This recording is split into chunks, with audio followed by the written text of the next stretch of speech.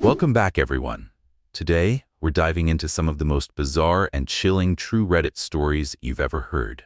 Whether you're studying, relaxing, getting ready to sleep, or just craving something eerie, these stories are perfect. If you're enjoying the content, don't forget to like and subscribe. We're aiming for 500 subscribers, and your support makes all the difference. Now, let's jump right into it.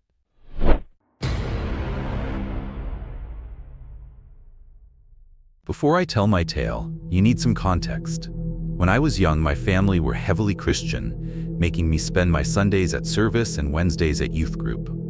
I am not religious now, but those years instilled an awareness of the paranatural in me. As I grew up, I became more independent and rebellious, leading me to seek out forms of psychedelic spiritual enlightenment. It just so happened that I deemed that a priority over having a place to stay. As a young adult hooligan, living in a small farm town in the middle of the Willamette Valley, there weren't a lot of opportunities for kids my age. You either partook in substances, worked in the wine industry, or got involved in the numerous cults around. It was about 10 p.m., and as my friend and I were bumming smokes from patrons behind the local bar. There were about 5 people, my friend and I excluded. We were all a tad bit tipsy, sharing tales and shooting the crap, when a man walked out that I had never seen before. He was about 5.5 feet tall with odd proportions, donning a burly mustache that did not fit his face. He wore a cowboy hat 2 sizes too big, a leather jacket over a plain white tank top, leather pants and boots to finish off his outfit. He kind of just stood there, trying to be a part of the group, yet excluded through some metaphysical divide. After about 10 minutes of loitering, he started talking. He mentioned it was his birthday, and referred to himself as the birthday boy. On and on, he would only talk about how it was his birthday, that he needed a cigarette because it was his birthday, that someone should buy him a drink for his birthday. I'm pretty sure it was his birthday. 30 minutes passed, and the patrons slowly started filtering out until it was just the birthday boy, my friend, and I. He asked us if we knew where any abandoned buildings were, and if we could take him to one. I was already unnerved, but at this point my entire being was screaming at me to get away from him, like a switch had flipped, and I could feel some sort of evil intention radiating from him. I gave some sort of vague direction of a non-existent building and told him goodbye.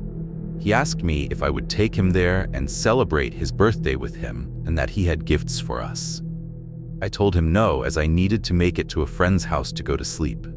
He told me, and I quote, "I'll see you again, Noah," and gave a huge inhuman grin. He then proceeded to sprint backwards for about 30 feet, yes, backwards, spin around, and run in the direction I gave him.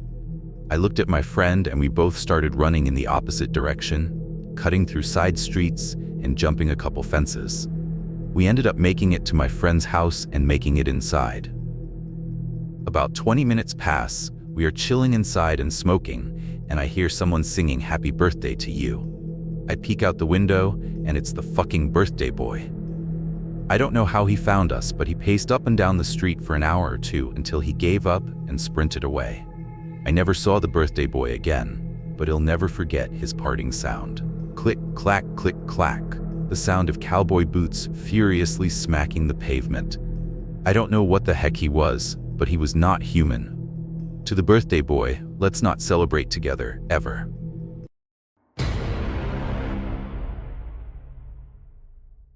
I work as a content moderator for a major social media platform. Most people think that means I remove explicit content and ban trolls. I wish that's all it was. My real job is managing what we internally call ghost posts, social media updates that appear after someone has died. Not scheduled posts, not hackers. Real new content, created after confirmed deaths. It started 3 months ago when our AI flagged an anomaly, a significant uptick in post-mortem account activity. Not just 1 or 2 accounts, but hundreds, then thousands. At first, we assumed it was a bug in the system. Social media platforms track everything: login times, device IDs, location data, typing patterns. It should be impossible to post authentically from a dead person's account. But these posts passed every authenticity check we have. The typing patterns matched. The language processing showed the same unique linguistic markers. Even the usual posting times aligned perfectly with the deceased user's habits. The content was normal too. Mundane updates about daily life, photos of meals, reactions to news, nothing suggesting they knew they were dead. That's when we discovered the pattern. As a data analyst, my job was to find correlations. I noticed that every ghost account had interacted with the same AI-powered life prediction app that went viral last year. You know the one. It analyzes your social media presence and supposedly tells you how long you'll live. Digging deeper, I found that each ghost account became active exactly 24 hours after their predicted death time. But here's the part that keeps me awake at night. The app's predictions were always right, down to the minute. I know because I've been tracking the deaths, car accidents, heart attacks, random accidents, all exactly when the app predicted. And every single one of them starts posting again 24 hours later. The company that made the app dissolved 6 months ago. Their code, their servers, everything just vanished. Yesterday, my colleague James ran his own profile through a cached version of the app we found. The prediction, 3:47 a.m. today. I just got the automated alert. James never showed up for his shift. Local police found him in his apartment. Heart attack. Time of death estimated at 3:47 a.m. I'm writing this now because I have to tell someone. The posts from his account will start in about 20 hours. They'll look perfect. They'll sound just like him. But I know something no one else has realized yet.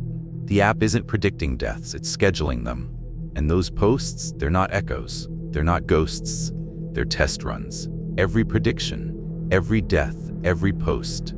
It's all machine learning, training data, getting better at mimicking human behavior, at predicting our patterns, at replacing us. I found a new platform-wide notification scheduled for tomorrow. Some kind of integrated life prediction feature rolling out to all users. Mandatory update. No opt-out. I tried to warn my supervisors. My access was revoked within minutes. The prediction feature goes live in 12 hours. It will analyze everyone's data, everyone's patterns, everyone's probable death dates, and the algorithm will schedule accordingly. I'm posting this from a burner account because my main profile already has a prediction. I checked the backend database. Everyone who reads this post, their profiles are already scheduled too. The algorithm has seen you. It knows your patterns.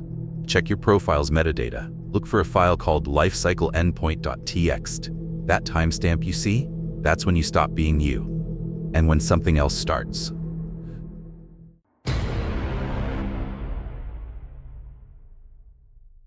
He's gone.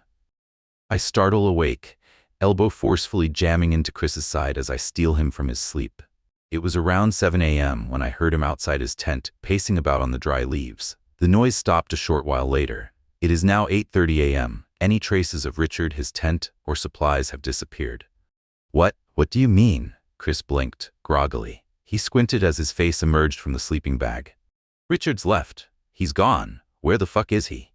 I start scrambling, pulling at the zips on my sleeping bag as I get into a crouching position to leave the tent. The forest floor is untouched. Any traces of Richard have been scrubbed from its memory, masked in a thick layer of auburn leaves. How long has he been gone? Can't have been more than an hour? Is he taking a piss? Chris asks dismissively. No, like he's fucking gone and left. He's taken his tent down and disappeared. I guffaw in disbelief. This startles him into a sense of alert. No, you're joking. Where's he gone? Chris's head peers over my shoulder into the clearing. He's honestly taking the piss. What the fuck's he gotten up to? I get out of the tent and into an upright position, my joints creaking as I take a few steps to examine the clearing and the nearby woods for any signs of Richard. A neat patchwork of pine trees envelops the surroundings. At certain angles, I can see between the long promenades of trees, forming into straight rows to provide a narrow view of the distance. But this doesn't help much. This isn't like him. We're 12 years into these hiking trips, and not once has he ever strayed so much as a few feet from the group.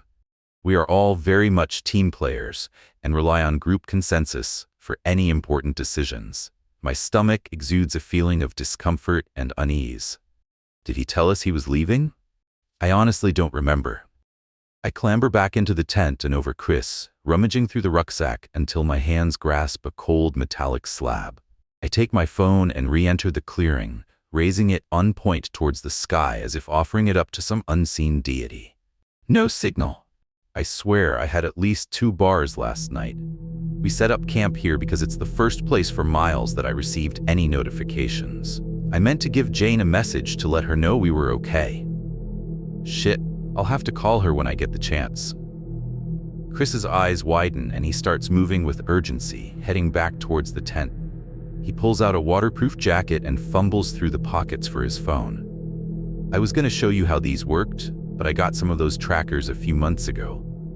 Because of the bag and shit we lost last time, I thought we could put these on all our stuff. Chris's explanations were muddled under the weight of his intense concentration. He stares, unblinking at his phone, hands shaking slightly as he opens and closes apps until he finds the right one. I think I put 2 in Rich's bag thinking it was mine. I couldn't find them in my rucksack last night.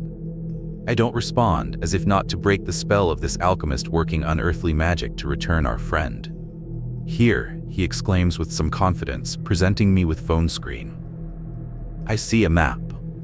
Barely a map, more a large, deep green plane with very few details. But I notice some pinpoints in 2 bunches at top and bottom of the display. Chris gestures to the bottom group. This is us, I think, and the ones up there are the ones Rich has got. He taps the screen and we zoom in on the ones we think to be Richard's. There's no way, I retort. That's 22 miles away. He's been gone a fucking hour. How did he get 22 miles away? Do we even know what direction that's in? Mate, I don't know. Chris lets out a nervous chuckle to break the tension. But it's GPS and it says 5 minutes ago. He swipes the screen to refresh. The pinpoints shuffle slightly further up the screen as the time now reads 60 seconds ago. I mean, he is a runner. Maybe he went full pelt over there. Chris smirks and looks for my validation. That's insane, I spit back, exasperated. He can't have gone that far. That's fucking ridiculous. Did someone give him a lift? I sense my mocking tone cutting at Chris, so I reel it in and collect myself. How accurate are these? Is it still tracking him? Chris doesn't respond, instead tilting the phone screen in my direction so I can verify it for myself. He's taken his shit and he's headed off in that direction. Chris gestures through the dense thatch of trees. We plan to be out here for 3 nights, so we can get to him by this evening and head back in the morning. We'll be aight. Is he still moving? I ask. I resign myself the premises of this situation and start prodding at the feasibility of Chris's plan. Looks like he's settled for now, Chris replies. When we get signal, we'll give him a call or something and ask him to head back towards us. He's probably lost though. How's he gonna make his way back? Look, once we speak with him, we can sort this out.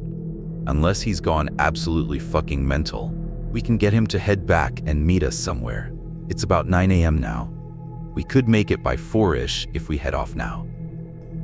Without waiting for my agreement, Chris reaches for his rucksack and starts fixing it on his back.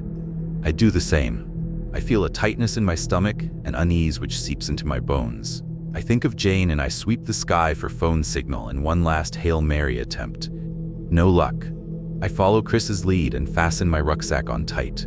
We head off into the woods in search of Richard. The forest becomes thicker as we journey forward. We are slowed by the tangle of dead branches and shallow roots. Carefully I watch where I step, and I feel a creeping pain in my neck from holding it at such an uncomfortable angle. The cacophony of bugs and insects ring just slightly louder than my tinnitus. We travel in silence for a large part of the journey. When we do speak, we focus entirely on logistics. Chris keeps his eyes fixed on the way forward, only interrupted by brief glances at his phone to ensure the path ahead is correct. We have missed our deadline by a good few hours, but Richard doesn't seem to have moved in that time. The pinpoints show his location as unchanged, with only slight shifts left and right, as if he's swaying in some drunken stupor. At least it gives us confidence that the tags are still on his person.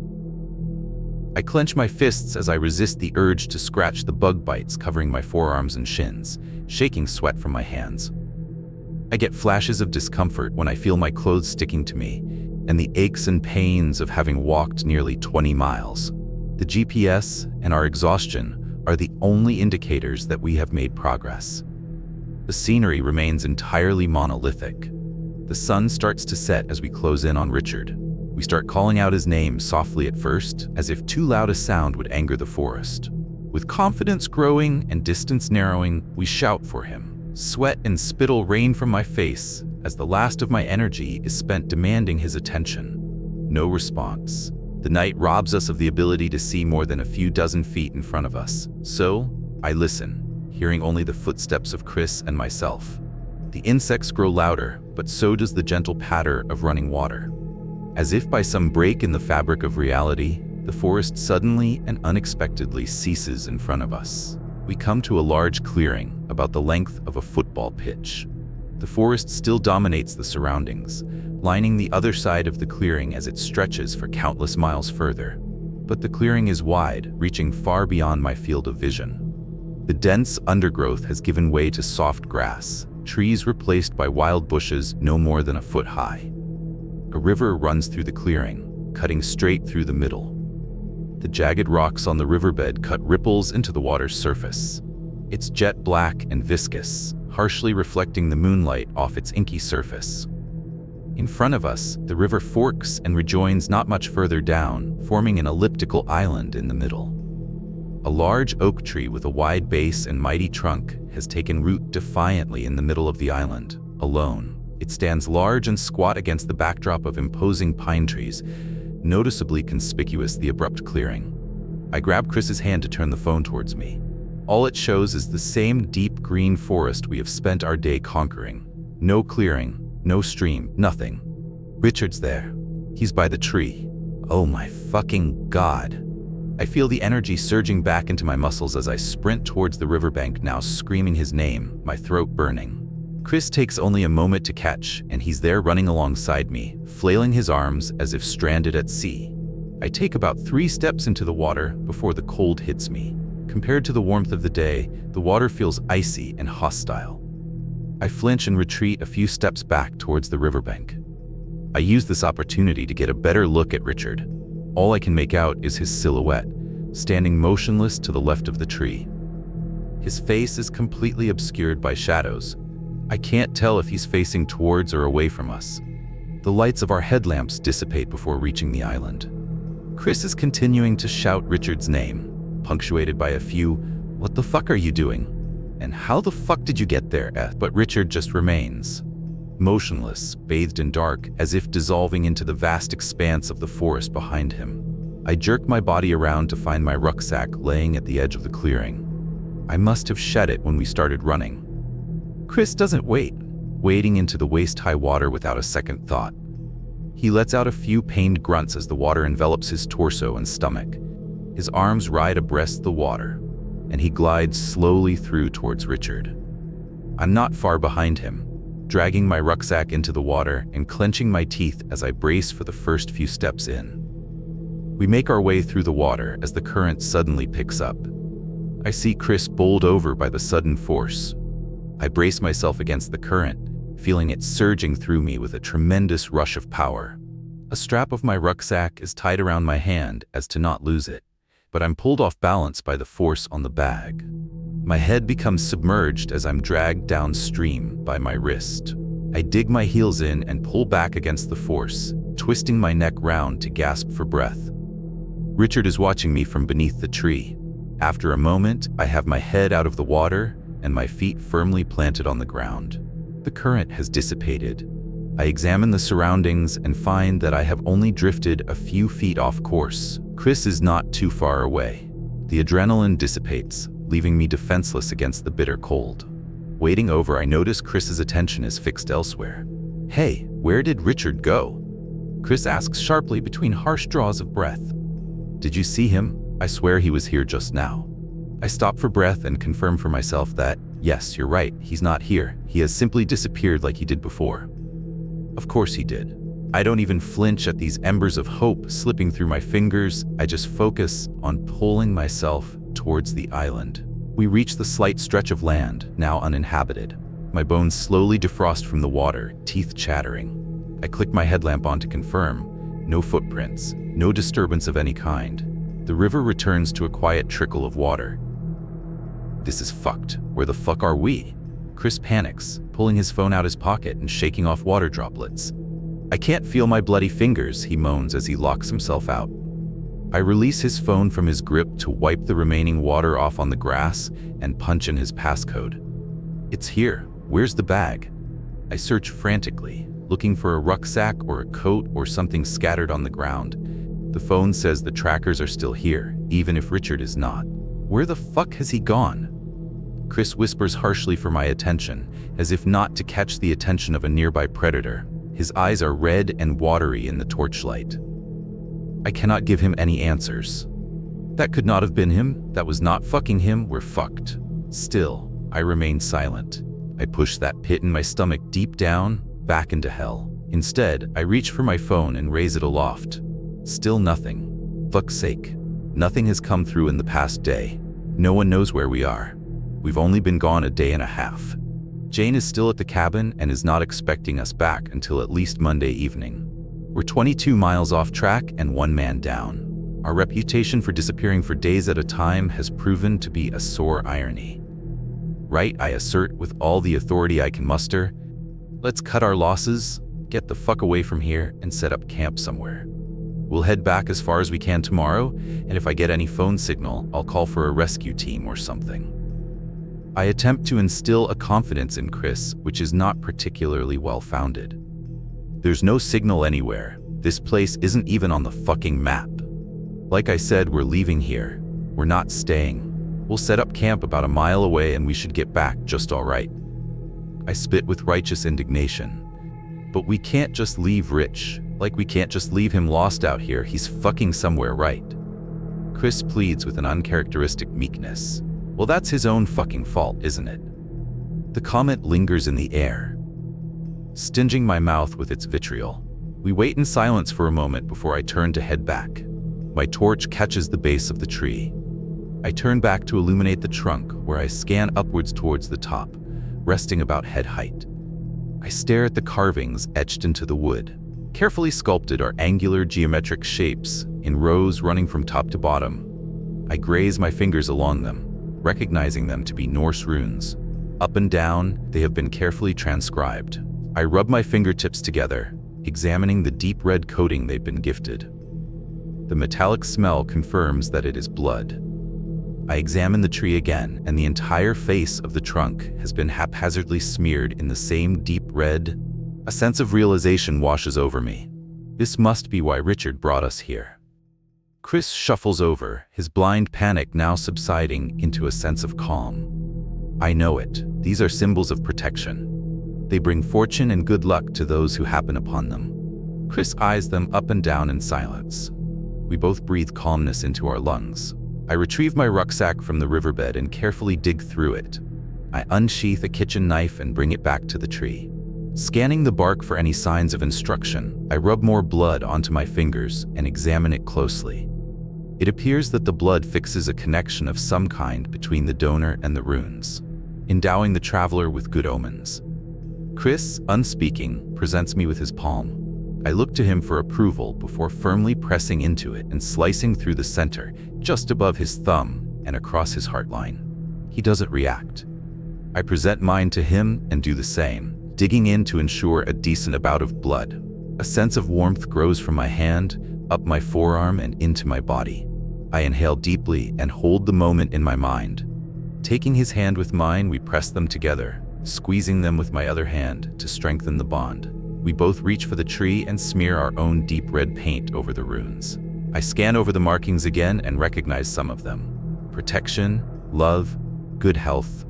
Yes, this is what we need. We are out here, in the apathy and brutality of wilderness.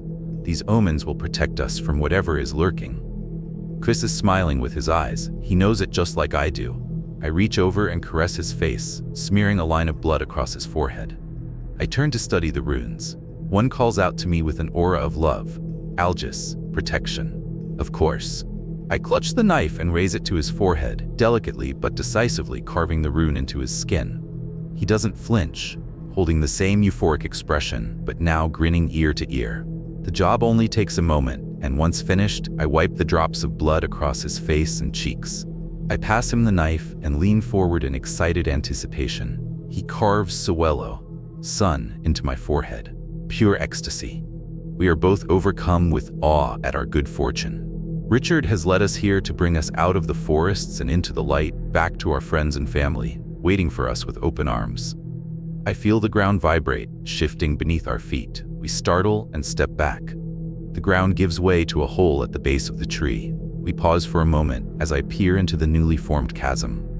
It has opened up a tunnel into the earth, fit for man, stretching deep into blackness, curving underneath the tree and out of sight. Chris is staring deep into me. We share an unspoken knowledge of what we must do. Chris once again presents me with his hand, face up towards the blackened sky.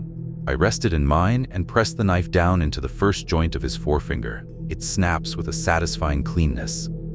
Chris stares at his palm with quiet solemnity. I move to the next finger and repeat the process. Crack, just as pure as the first. One by one, each finger is severed at the first joint. I coddle the severed pieces in my hand with the care of rosary beads.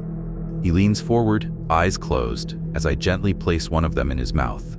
The rest are tossed down the hole with a quiet murmur of prayer. He shuts his lips tight and holds it there, savoring the sensation in deep meditation. Chris opens his eyes to take me in one final time. We share a look of knowing. His features betray the joy he is hiding. He is truly at peace. Without a sound, Chris slips into the hole beneath the tree, arms raised above his head to ease his descent. He vanishes into the abyss below without a single word. I remain on the overworld, now truly alone. I raise my hand in the same ritual fashion and bring a knife to my forefinger and begin pressing down. A pain shoots through me, not from my hand but my face. I stagger backwards and clutch my jaw with both hands, dropping the knife. Tears rush down my cheeks as my facial muscles convulse. I've been screaming for a long time. My throat is red hot, torn to shreds. I look at my hands, I look at the tree, I look at the hole. I kneel over it on all fours and scream with all the strength I can muster. Chris, Chris, I wail with a hoarseness that betrays my sheer panic. I shoot up to my feet and whip my head around to catch a sign of anything watching. The forest lies silent. Scrambling with reckless urgency, I head for water and start paddling. The cold is irrelevant in the face of the pain coursing through my face and hands. I pull the water past me and clamber for the riverbed. I don't dare turn back to face what may be waiting for me. Instead, I head back into the forest and running faster than I ever thought capable of. The wind brings me back around before the aching of my limbs sets in. I startle awake, fully clothed, sprawled out at the base of a tree. Dense forest surrounds me. The sun peers through the canopy as morning sets in. Frantically patting my pockets, I feel for my phone and nothing else. The woods are silent, no insects, no footsteps, just the faint sound of wind brushing past my ears. I let out a guttural, full-bodied scream for what feels like hours. Nothing. I can taste dryness in my mouth, but that discomfort pales in comparison to the ruthless beating the rest of my body is reeling from. Before my mind can begin processing it, my body starts moving. I'm pulled out of my fatigue by a primal thirst for survival. Stumbling through the forest, I push against the tree trunks to steady my balance and propel me forwards. I don't know where I'm going. Thoughts of Chris and Richard hammer at the door of my mind as uninvited guests, demanding an audience. Their images don't bring me tears, but stress. I need to help myself first, then I can help them. Licking my wounds out in the arse end of nowhere isn't going to bring a rescue party. I swipe my thumb over the jagged shards of my phone screen and enter the passcode. I open maps and hold it arm's length in front of me, squinting into the dimmed light for a glimpse of my lifeline. No signal, but GPS is working fine. Deep green smear enveloping face of the phone, no details whatsoever. Fine, whatever. I can tell north from south like a tit from an arse now. I swivel on my heels, face southeast, and keep walking. After I'm not sure how long, I find myself led to another clearing.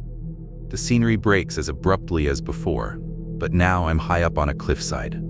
Probably about 100-200 feet below me is a sheer drop. An uninviting tangle of stone and fate beckons from the base of the cliff. From there, the forest wrestles back control and sprawls endlessly in every direction beyond the horizon. Tears of stress concentrate in my eyes.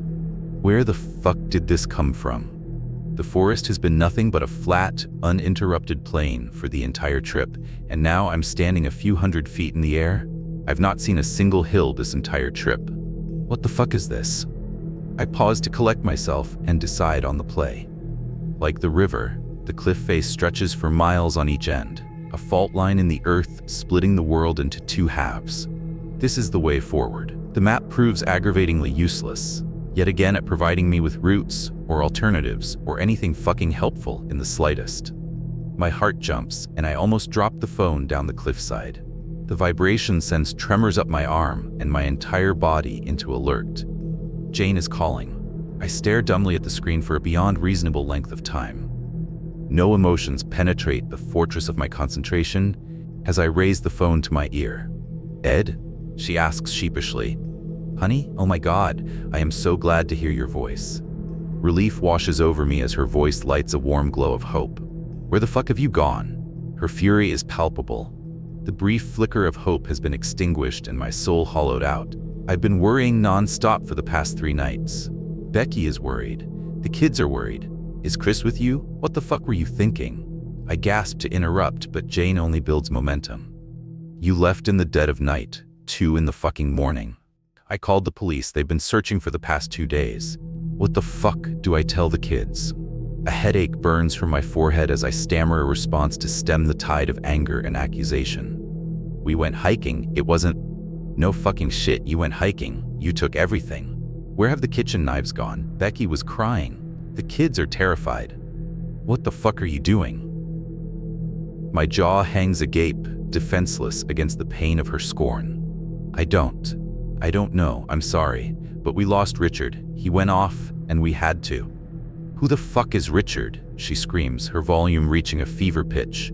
I have to pull the phone away from my ear. "What the fuck are you talking about? Who is Richard?" I start to feel faint and stagger backwards, clutching at my stomach as I resist the urge to throw up. He came with us on the trip and we lost him and we went to find him, but Chris..." I breathlessly scramble for an explanation. "What? Who is this? How the fuck did you end up in the middle of the forest with some random stranger? Where is Chris? Is he with you?" "No, he's gone, Jane screams in complete hysteria. "What do you mean he's gone? What's happening?" My hands are trembling and my mind is vacant. "Me and Chris and Richard, we were camping and we were looking for, he got lost in the woods, so we started looking because the phone just, please." My voice trails off as I hear sobbing down the other end of the phone. Jane's anger has subsided into meek, desperate pleading for answers. "Ed, where are you? Can you tell me where you are? We're lost. I'm lost. I don't know where Chris is." At this point, I am spent. All I need is the confirmation of my worst suspicions. Me, Richard, and Chris left on Friday afternoon and walked about 10 miles into the forest and set up camp. I enunciate each of the details for my own sake as much as hers. It feels like a lie told to myself over and over until I'm convinced it's truth. "Ed, you're really scaring me. Who is Richard?" "We don't know a Richard. We're in the middle of nowhere. How did you meet him?" I fall silent at the weight of this question. I hang up, message my location, and put the phone down. I'm lost. Truly and definitively lost. For how long now I do not know. The tethers of reality I clung to have only served to drag me further in. I sit in silt and mud, reeling in the weight of the conversation. I've been lost for a long while. How many of us were there? How many of us were there ever on these trips?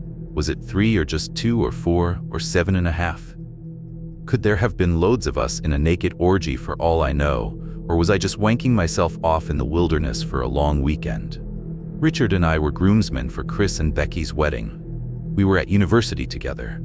He had been out with us every fucking year since we started hiking. What the fuck was she on about? I sit with these thoughts for a while and come to no conclusions. Hugging my knees to my chest, the stress boils over into floods of tears. I wipe my face, gaze at the beauty of the forest. From this vantage point, the true might of nature is at full display. Shades of green and black stand defiantly against the amber and gold of the setting sun. A perfect balance of all life, endless space, and creation.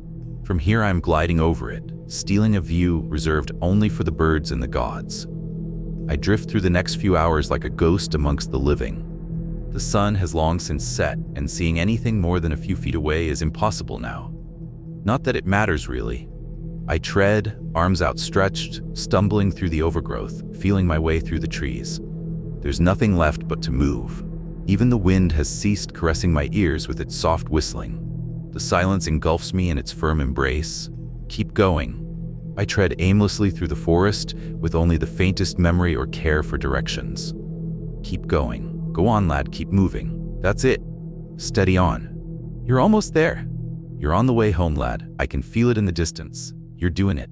You're going. Oh my God, you're gonna get home. Bravo, my son. Keep pushing. Keep pushing. You're almost there. You're almost fucking home. You're here. You're here. I see a gentle light through the trees. A red hue bathes the far side of the trees and long streaks of overgrowth. Like a moth, I single-mindedly fall towards it, transfixed. It grows brighter, but I don't squint. In the forest, nestled in a small clearing, no more than a few meters wide, is Richard's tent. The soft torchlight glows from inside, dyed a warm red by its canvas walls, illuminating in all directions the blackness of the forest. It sits peacefully amongst the trees, a promise of comfort in a hostile world. Home. I glide towards the tent, my feet no longer burdened by the traps and snares of the forest floor. My hand strokes the canvas, dispensing fragments of dried blood along its side. I inhale the warmth into my lungs. Crouching down, I reach around the left-hand side of the tent and gently tug on the zipper. It softly purrs as I trace the semicircle of the opening. The canvas door falls away and grants me entry. Everything in here is Richard's, neatly folded and arranged around the floor of the tent. LED lights emit a soft glow, twisted around the tent poles and suspended in the air like fireflies. Richard's books and glasses sit patiently to the right of the tent, next to a flask of coffee and a cigarette. This is a man whom I understand with all my being. 2 sleeping bags lay neatly in the center. Chris is there, sleeping soundly on the floor. A soft happiness fills my body. Chris' chest isn't rising, but he looks peaceful. His eyes are closed, and a satisfied grin decorates his face. I lean closer towards him. He smells wonderful. His hands feel cold to the touch as I rub the stubs of his fingers. Facing away, I lay down next to him, curling into a slight fetal position to allow him to spoon my body. I snuggle my back into his chest as to warm him with my life. Footsteps, emerging from the forest, move towards the tent, and a shadow appears against the canvas. It stretches high up the walls, either impossibly large or uncomfortably close. It begins circling us, with the crackling of dry leaves announcing every step. The shadow is joined by a second, entering into the parade around the tent. They clap and click in quiet rhythm. Slow and soft at first, the sound swells with confidence as another pair of hands join the ensemble. The shadows are accompanied by yet another, which begins murmuring under its breath, clicking in counterpoint to the rest. I lay there in Chris's embrace, watching in quiet contemplation as the performance unfolds. This rhythmic cacophony grows as drums, claps, snaps, shouts, and jeers form a rich tapestry of celebration outside. The shuffling of feet creates viscous white noise as at least a dozen bodies circle the tent. They all chant in unison a song, an ancient song. It spins me into a psychedelic ecstasy as I mouth the words along with them, failing to produce any sound. I lie there unblinking as a pool of spit forms on the ground beneath my mouth. Chris reaches over to my shoulder and wraps his arm around me. I warm his flesh with my love for all things. My eyes close as I become one with this moment.